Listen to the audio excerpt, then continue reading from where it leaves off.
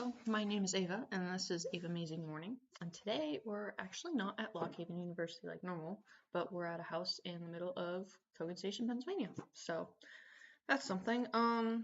This morning we're going to talk about the question, what is fake news? All right, so we're going to start with the general definition.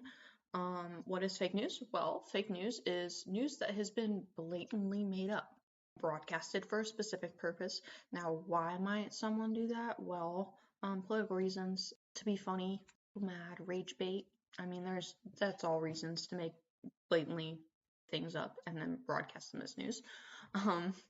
One great example is The Onion. Now, I love The Onion.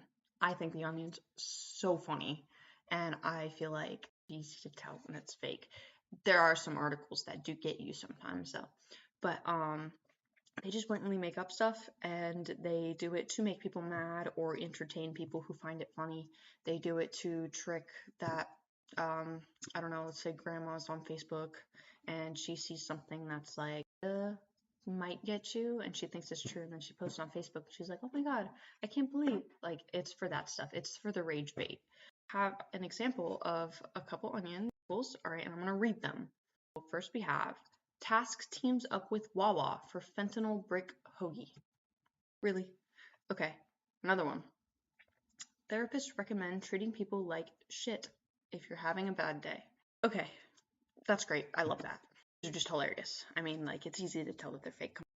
Do I have to elaborate? Fentanyl brick hoagie. This would not tell you that. Okay.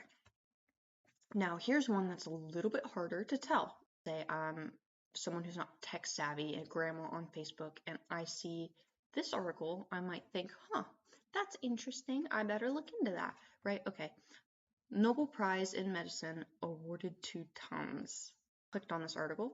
All right. I'm going to read a little bit into that because it's interesting. In an effort to honor the groundbreaking work of bringing fast relief to millions suffering post-meal heartburn and indigestion, the prestigious Nobel Prize in Medicine was awarded Monday to the over-the-counter chewable antacid Tums.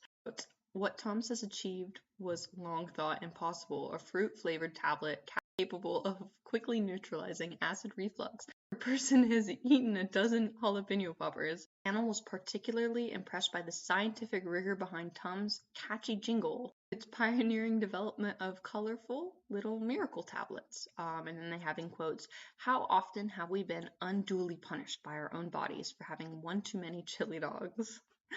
And how many generations have accepted that bloating is the inevitable price of enjoying a greasy bacon double cheeseburger? Allows our children to grow up in a world where they can house 24 buffalo wings without the consequence of an upset stomach. How do I figure out if this is fake news? Because like I said, I'm not tech savvy. I'm just a grandmother on Facebook. And I see this about Tums and I click on it because I'm like, dang, I didn't know they were that prestigious. Personally, this is how I see fake news. Okay, first I look at professional formatting. So when we look here at our, how often have we been unduly punished by our own bodies for having one too many chili dogs? Tums allows our children to grow up in a world where they can house 24 buffalo wings without the consequences of an upset stomach. That is not professionally formatted. So yeah, that's one way. Another way is if I'm really unsure, I will go into Google and I will look up in the article to see if I find consistency among sources. So for example, I go into Google and I type, did Tums win a Nobel Prize? My results come up asking if I misspelled Trump when I typed Tums in, and there's absolutely no results about Tums winning a Nobel Prize.